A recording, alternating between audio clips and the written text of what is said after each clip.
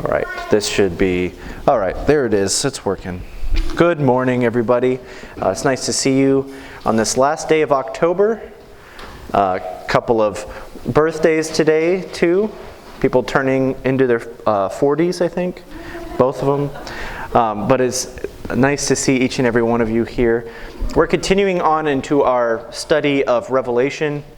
Revelation 16. Last week, we spoke about the darkness, some of the inability, and we've kind of, this chapter continues to hit on the fact that this is how man will act in the face of God, even in inexcusable or inexcusable is a good term for it, that there's no way they can excuse away who the presence of God is, or why this is happening, or who is doing this to.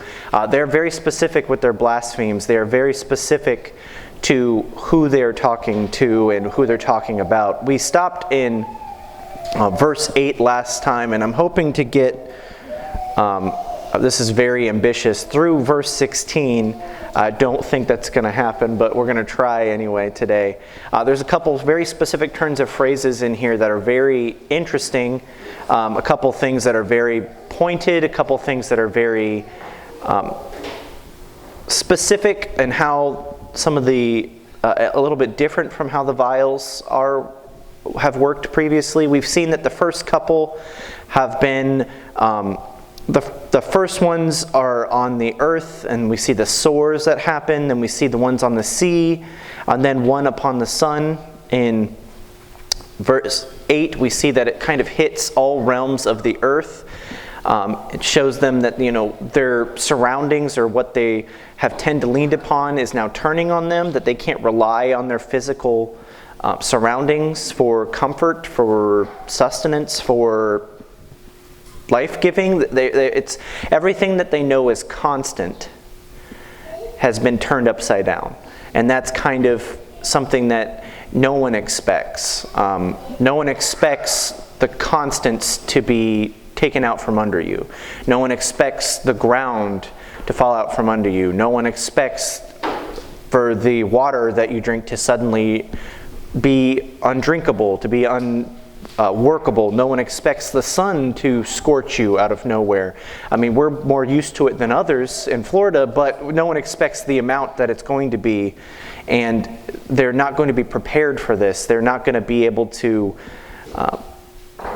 escape from this. This is everything that they treat as daily life going to turn against them.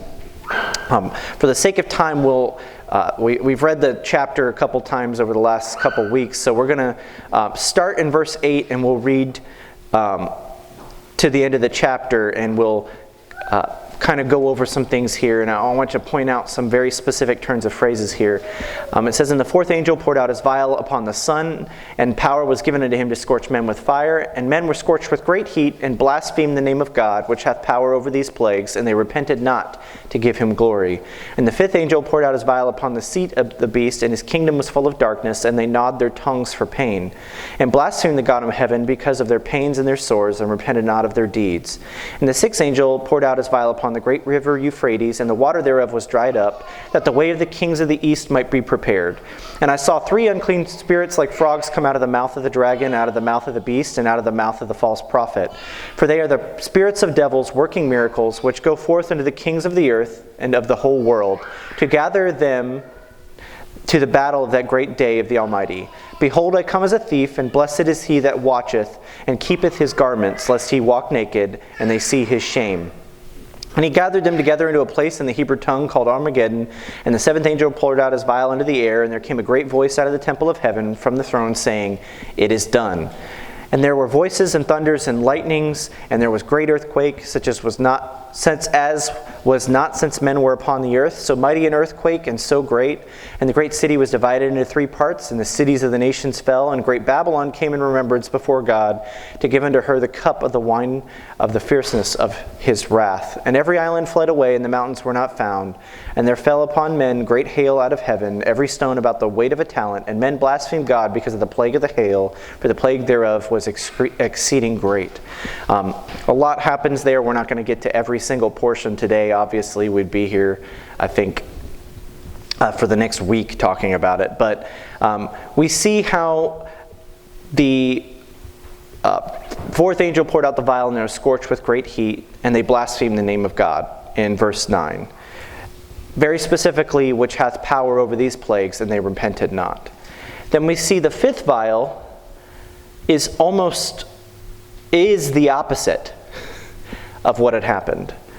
Right? We see the fifth vial poured out upon a seat of the beast, and his kingdom was full of darkness, and they gnawed their tongues for pain, and blasphemed God of heaven because of their pains and their sores, and repented not of their deeds.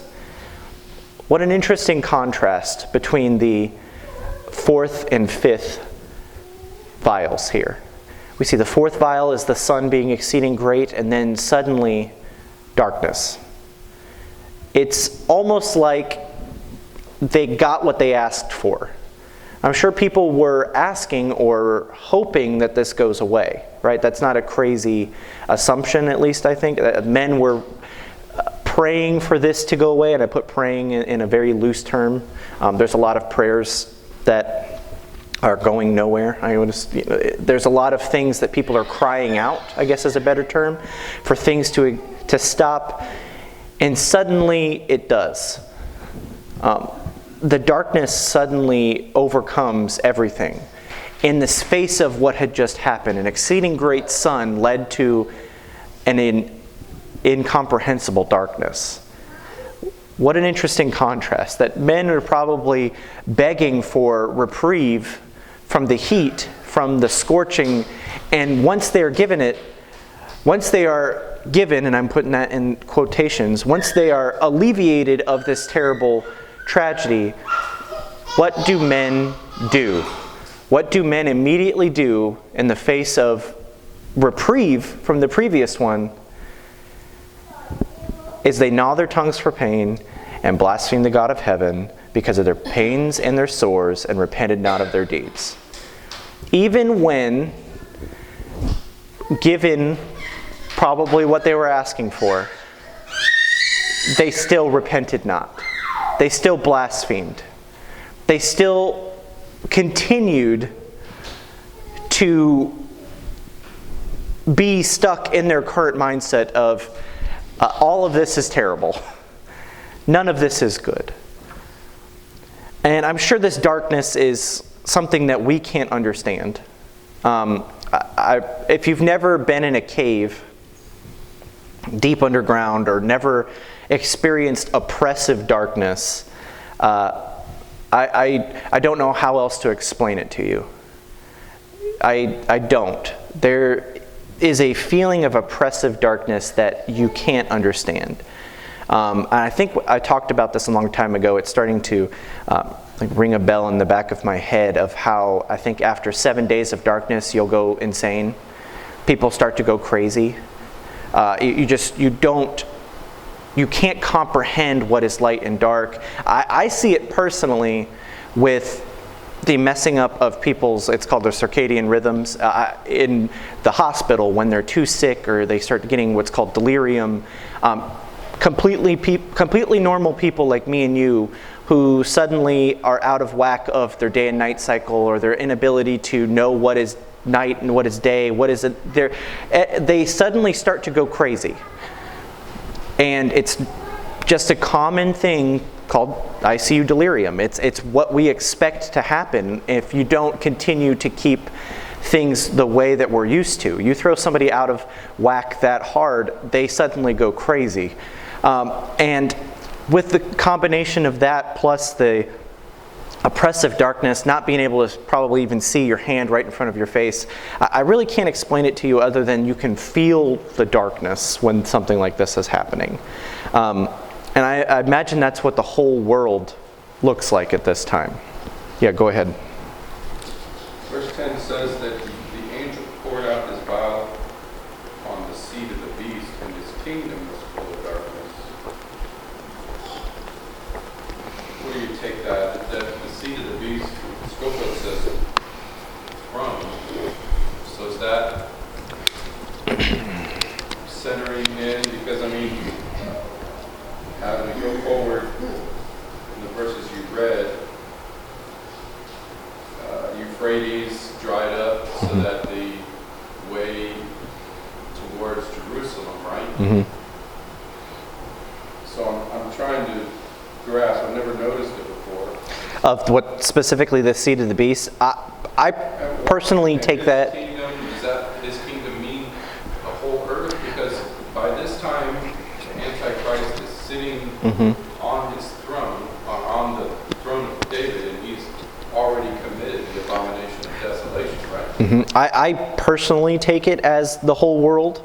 Okay. That's me, because we've already seen how, that there is some people who are not partaking of it, right? And they're killed in the martyrs and things like that. But we have seen that also that the whole world is in conjunction with him. Well, we know that he's the principality of the air, so we know that This is his domain. I hadn't ever noticed. No, and that's a good question. Of when it says his seed of the beast, I believe it's his whole kingdom. Personally, the whole world, because he currently has reign, and I'm going to put that in quotes. You know what I mean here, that he doesn't have complete control, complete power over everything. We know from what's going to come how he's put in his place, but he has earthly power, earthly control over the entire earth. He could do. He's been giving these powers, and the dominion that he has is in man's eyes absolute. Right? That's at least what I see from this. That people have no choice but to follow him in man's eyes. Right? That's I believe is the what it's saying here is that it's encompassing that his reign is complete over the earth, and that these vials are. We've already established the fact that they've already either taken the mark of the beast or they haven't. So it's very, I think, all-encompassing of what the world is experiencing at this point. Because a lot of the other things that we see from here on out, I think, are all-encompassing of the world. Like the world is in direct observation of these things. Men is when it says men, it's everybody. I think it's a general overview of the entire population. Yes, Don?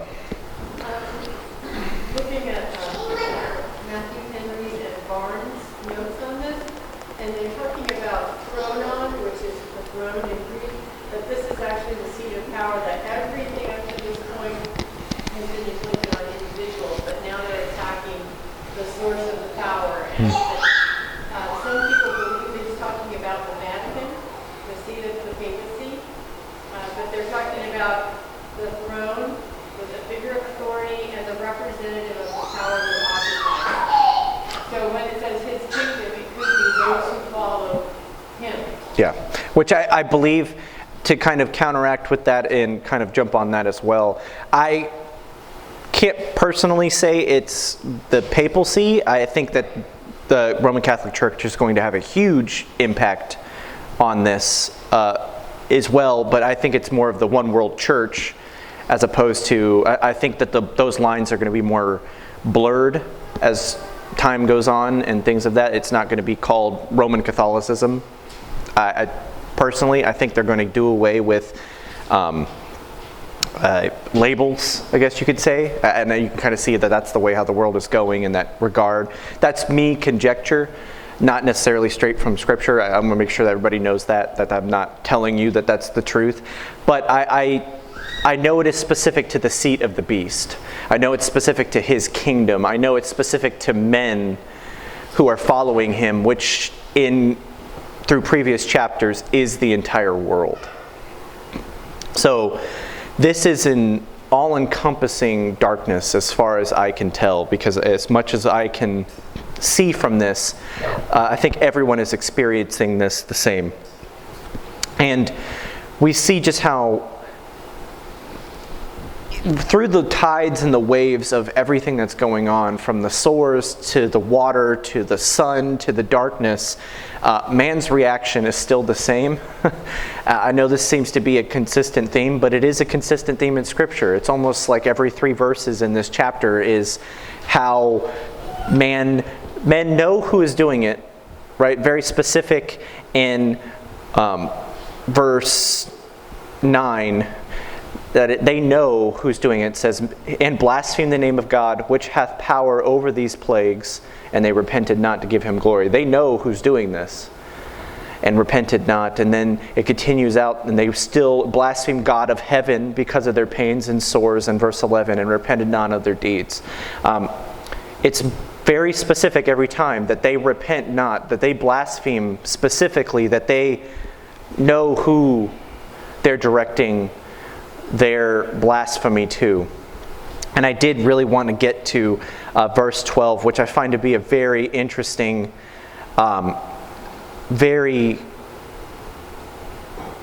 specific turn, that I think that this is very interesting. Yes, real quick, Don. Verse 12, the word east, kings of the east, literally means sun rising. So I guess people are going to be coming From the east. Yeah, so specifically, so we'll read that real quick. It says, and the 6th angel poured out his vial upon the river Euphrates, and the water thereof was dried up, that the way of the kings of the east might be prepared.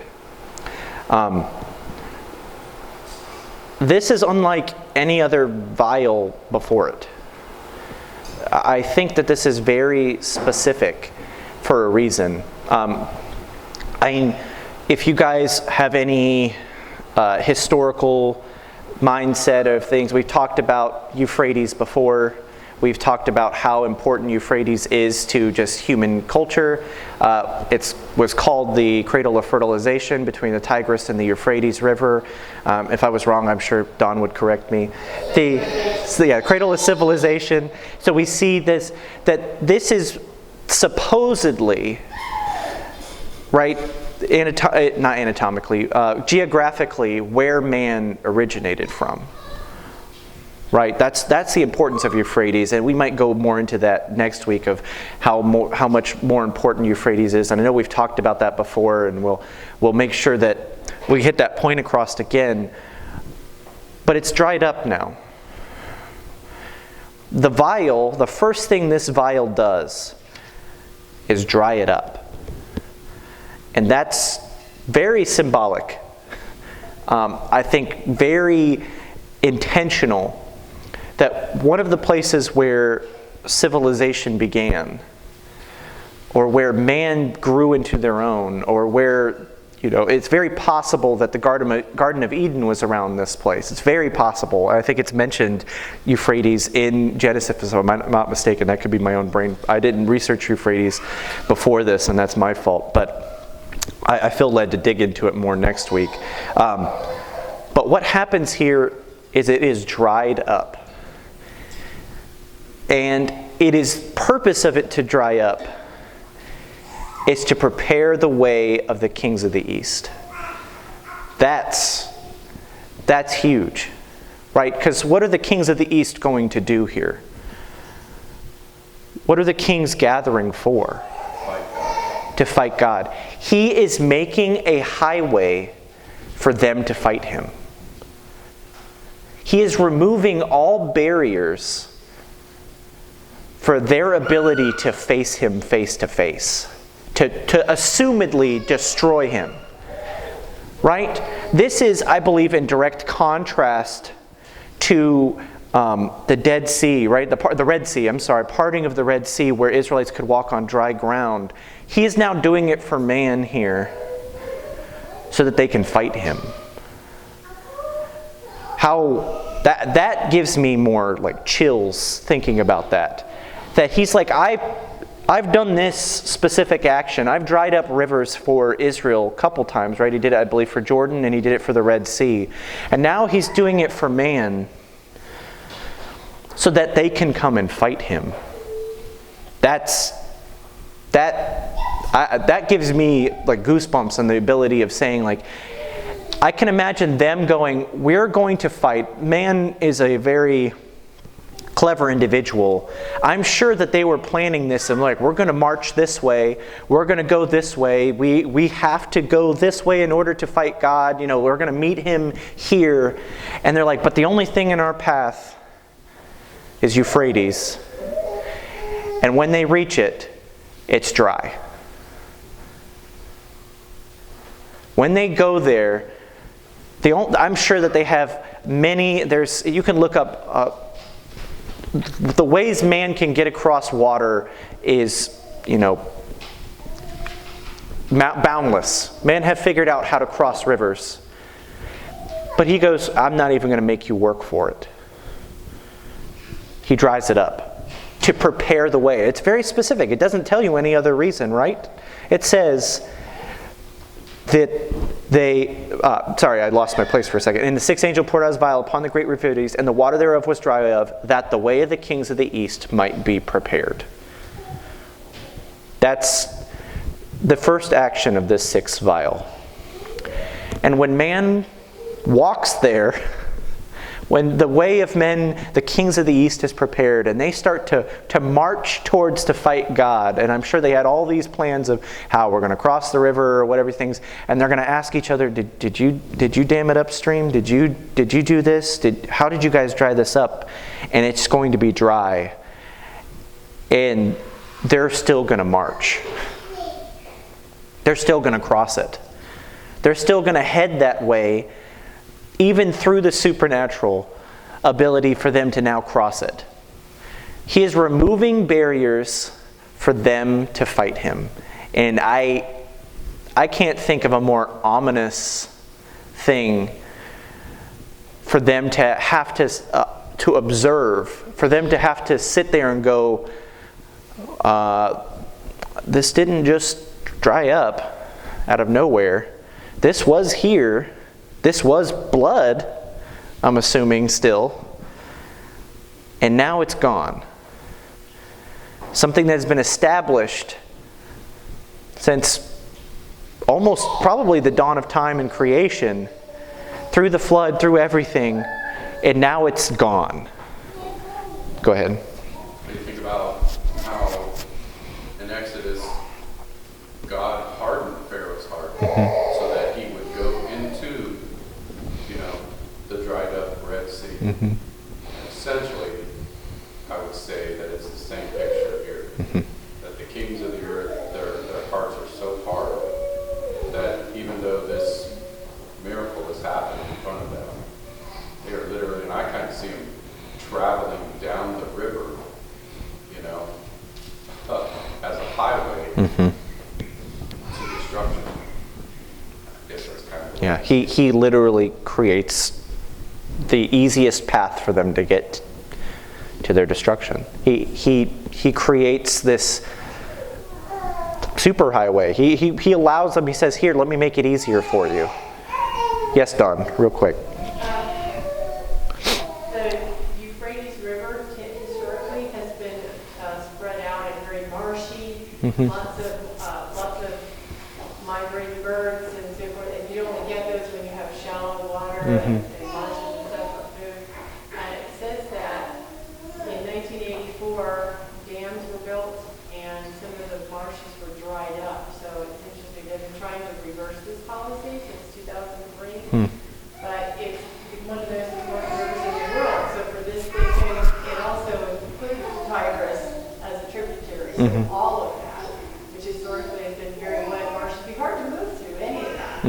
It gives it even more significance. Yeah, for it to be such a impact, and if you've ever tried to walk through anything like that, I would encourage you to go wading with my father and through muck and things like that, and you'll understand just how hard it is to walk through some of those things, and you'll lose half your shoes or anything like that. But just knowing just how a natural barrier that is to crossing, for it to immediately become something that is easy, for it to be such a recognizable platform or recognizable landmark of humanity, and for it to just be gone to prepare their way is such a chilling feature. Yes? As you mentioned there, Mom and I were talking about, when you picture them coming across the dry riverbed, or, yes,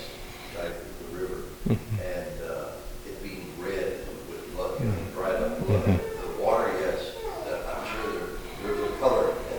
I think that's significant. I think it still was blood, because at this point, at least from what they've seen is in verse 11 that they're still crying out for their pains and their sores. I think these are stacking on top of each other, and they're still happening. The water is still turned to blood, and I think that the assumption that the river bed was red with blood is not a wild assumption at all.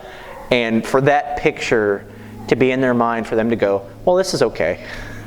We'll be able to go down here. This actually makes it easier to follow, is the hardened hearts and the hubris of man that we're going to continue to see. And there's a couple things. We'll talk about the river Euphrates. We'll talk about the frogs and the devils. And then the very specific verse in verse 15, which is a very interesting verse in and of itself. But we'll talk more about that, as I do want to give time to prayer requests and having some prayer time for sure. I didn't give too much time last time. But we'll go ahead and get right into that as well.